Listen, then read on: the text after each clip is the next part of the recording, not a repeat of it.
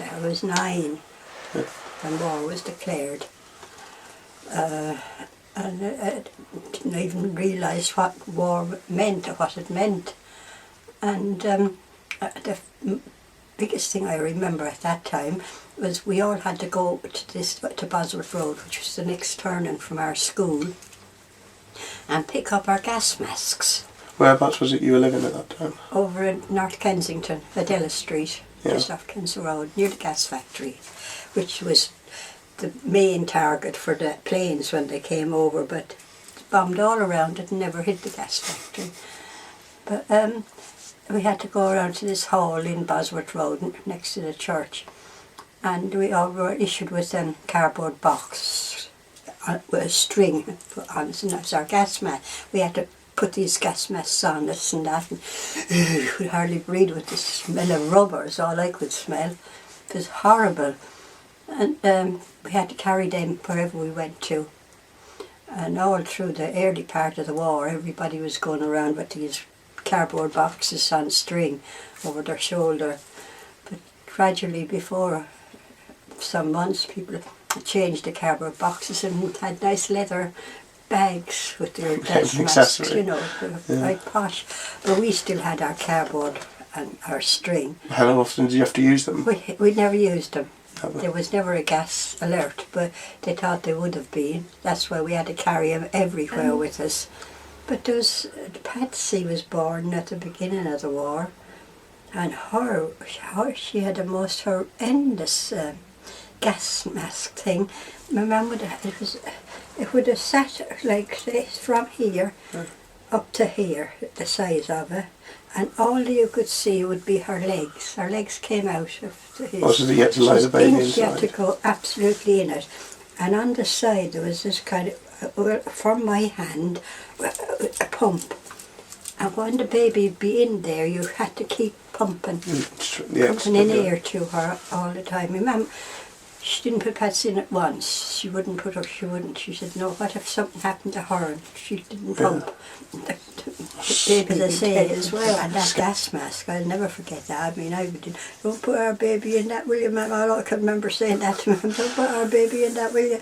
But it frightened me, and even put it on your own head, you felt as if you were going to suffocate in it, you know. But it was, whoever invented it, I mean, as my dad said, when in the Great War, one of the things they done, because they used gas in the Great War, the Germans. Mustard gas. Yeah, a lot of people got gassed. They used to, as my dad said, piss on a towel and wrap it around their face to get certain protection from the urine. Yeah. The ammonia in it. Yeah. So this is what my dad told me mum about for Patsy. Let's bring her wet napkins with you in the back. And if there was a gas alert, you had the wet napkin. Still pretty horrible. Yeah, what would have been, because it would be better than being gassed, wouldn't it? Yeah. But those kind of things stay with you, remember. But everything was soon not unreal for a long time. And also then the air raids started.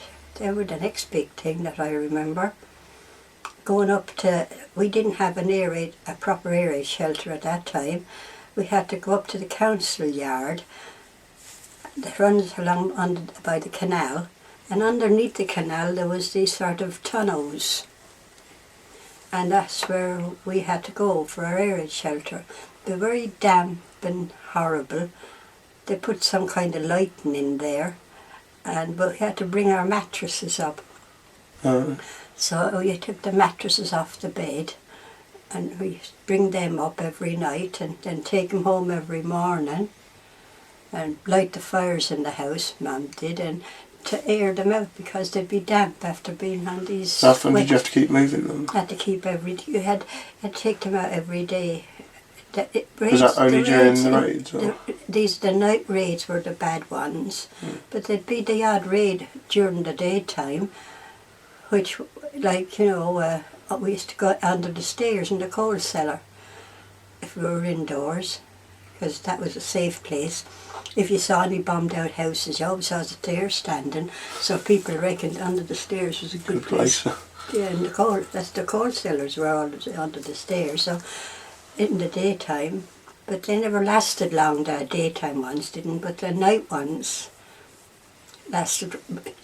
I slept through most of them, being young. Really?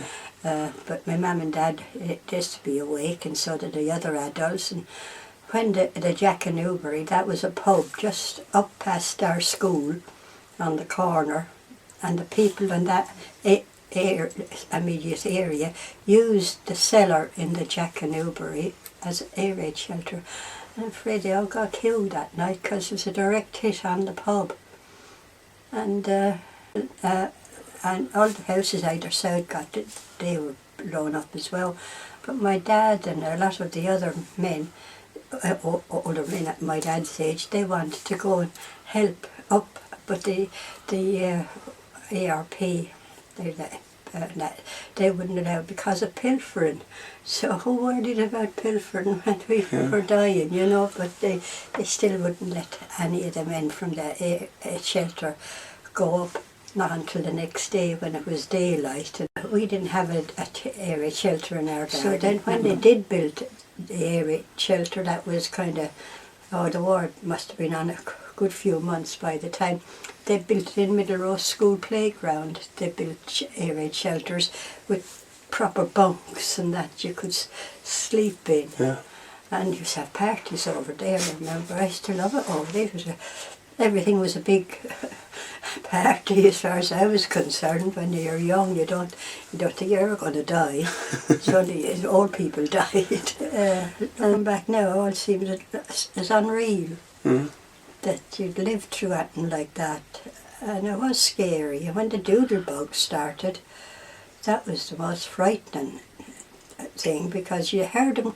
They had a different sound to aeroplanes. They had a weird sound, and you knew it was a doodlebug, and you prayed it didn't stop. And when it didn't stop above you, you know someplace near is going to get, because it just dive bombed down, these doodlebugs.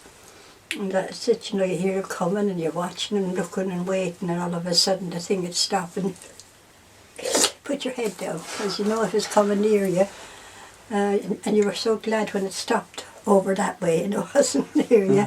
You were happy. But, did you experience the rockets as well? The V2s. It was a V2 that was a direct hit on that Jack and Newbury.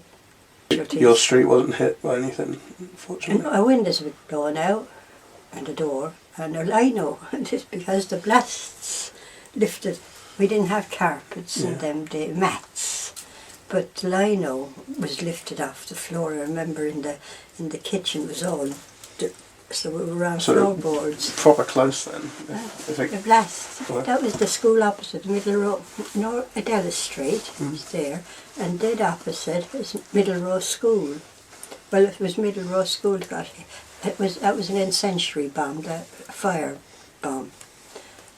So that didn't do as much damage as like that B-2 rocket did. That brought destruction complete, but the incendiary bombs caused fires.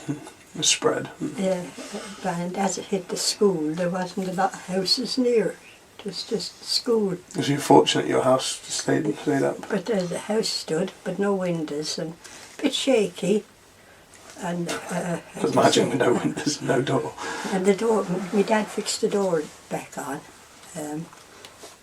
but the windows couldn't do nothing with until after the war, because you couldn't buy glass or anything.